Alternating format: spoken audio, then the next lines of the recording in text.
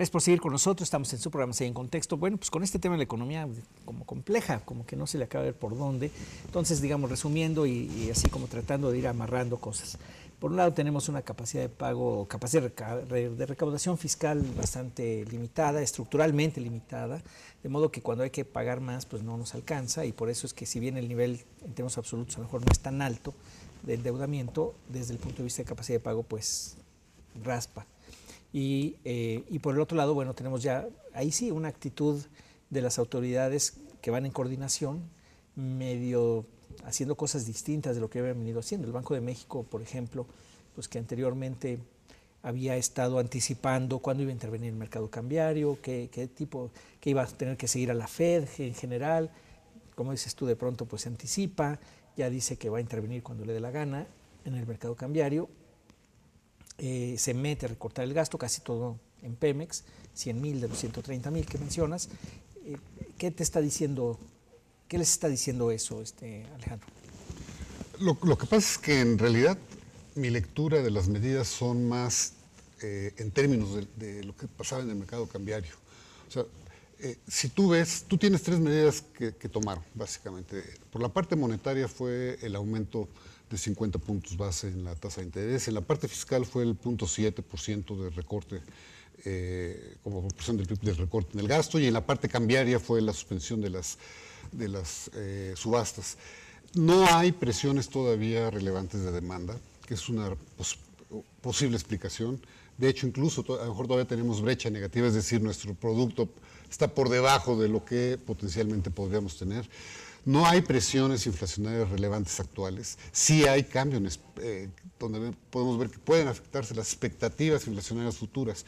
Entonces, en realidad esta decisión es estrictamente de corte cambiario, es decir, aquí un poco la hipótesis es el banco, la autoridad monetaria, reacciona de manera no lineal a cambios a variaciones en el tipo de cambio, y como en las últimas semanas tú tenías una fuerte depreciación ya sistemática del peso, ya estábamos llegando prácticamente a los 20 y las 20 pesos por dólar, y no tienes no estaban funcionando las subastas ya en ese sentido.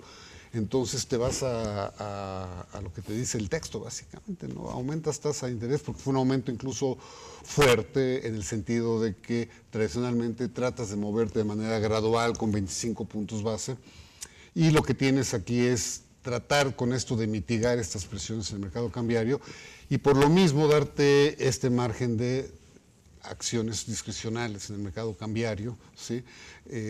Un poco para sorprender a los jugadores en el mercado. Entonces, yo creo que básicamente esa es la explicación de esas acciones. Incluso el corte, digo, a esto habría que estimarlo, es una discusión muy vieja en la academia y en la parte empírica, pero recortar el gasto en 0.7% del PIB, yo no creo que tenga un impacto contraccionista realmente relevante, ¿sí? Los recortes anteriores, Fausto hablaba, por ejemplo, en 98, cuando cayó el precio a $8, en 98 vieron 3 recortes durante ese año al gasto público de mucho mayor magnitud, y sí nos afectó la actividad económica, pero ahorita yo no creo que tenga un impacto. Más bien, ese recorte es como un apoyo a la decisión cambiaria y monetaria para mandar una señalización a los inversionistas, porque incluso en términos de un riesgo importante de un aumento en el déficit público este año, yo no creo que viniera si consideramos las coberturas, si consideramos los excedentes que Banxico va a transferir, ¿sí?, a gasto a Hacienda, y si todavía hay cierta inercia, ahí sí no sé cuánto puede hacer, de la recaudación positiva que les dio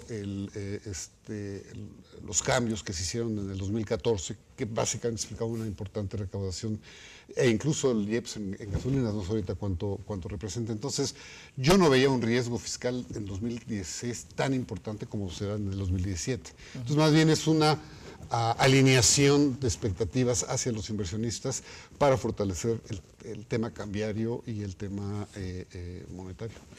Ahora, el tema cambiario creo que se ha discutido poco, en el sentido de que si tú observas, y todo el mundo sabe que la moneda que más ha reaccionado de manera desfavorable ante estos eventos internacionales es el peso. Cuando tú analizas los fundamentales de la economía te dicen, pues no debería de estar tan depreciado.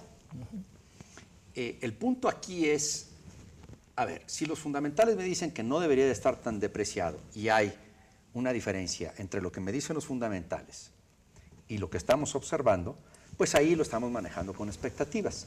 Claramente la política monetaria no las ha manejado adecuadamente, no ha dado resultado las subastas, y aquí el punto que llama la atención es las subastas estaban siendo hasta cierto punto un agosto para los especuladores. Sí, pues ya sabían lo que iba a pasar. Entonces, aquí ya estamos hablando de especulación. La especulación a veces los economistas le ponemos expectativas, pero a ver, ¿quién está especulando? ¿Por qué estoy especulando? Si es una especulación natural, si es una especulación de que, bueno, a quien le dan pan que llore, pues yo le entro, o si es una especulación de un ataque. Y en los ataques tienen otros motivos. Entonces, sí siento, por allá una declaración la semana pasada del secretario de Hacienda, que me llamó mucho la atención, casi nadie la discutió, que dijo, estamos descartando ataques especulativos. Yo no entiendo por qué tenía que mencionar esa palabra. Yo no sé si haya movimientos ahí importantes de no sé quién. Da la impresión que sí dijeron eso, es decir, hay una frase que, bueno, en el periódico que decían, creo que el doctor Carstens hablaba de que no van a ganar quienes... Exacto, esa es la otra declaración. ¿No? Y hay mensajes ahí, evidentemente hay ahí, y uno dice, bueno, los ataques especulativos pueden ser para ganar, pero dinero obviamente, pero también tienen otros motivos. Claro. Eso lo sabemos los mexicanos perfectamente. En esa defensa del peso que se ha hecho, cuando menos el año pasado, todo lo que fue 2015 y parte de lo que iba del 16 en enero, se fueron 28 mil millones de dólares, ¿no?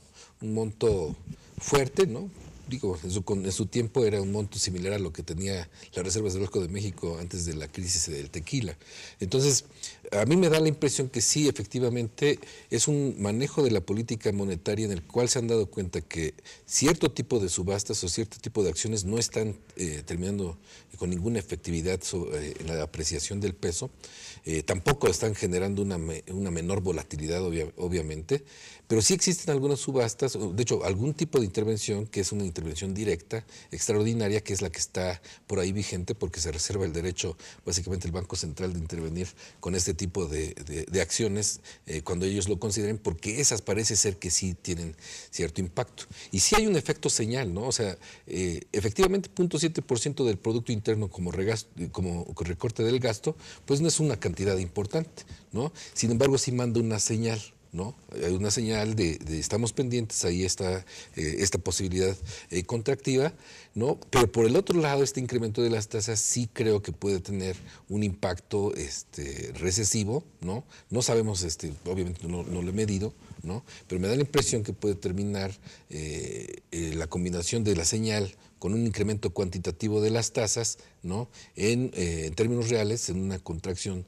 todavía un poquito más fuerte de la que se esperaba a final del año, ¿no? Entonces, esta parte de la intervención creo que es interesante, que la estén dejando ahí libre, pero con la advertencia de que van a estar listos para poder intervenir en caso de que el peso llegara a perder de nueva cuenta el piso, ¿no?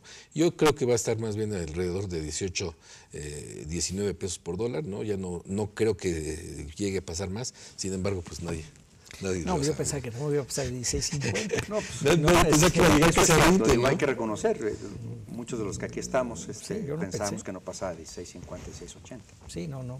Porque ahorita que dices, y nomás tenemos un minutito, pero nomás dejarlo anotado para la última vuelta. Los fundamentales, o sea, para el público, digamos, son como las variables clave de la economía, como que hay cierto nivel de equilibrio, etcétera, pues no están tan mal, digamos, y en ese sentido, pues diría uno que esa no es causa de la devaluación. Sin embargo, y es una pregunta que me gustaría hacérselas y que ustedes contesten si es posible regresando al corte. Parte de los fundamentales está justamente la capacidad de recaudación. es uno de ellos, es decir, hasta dónde puedes.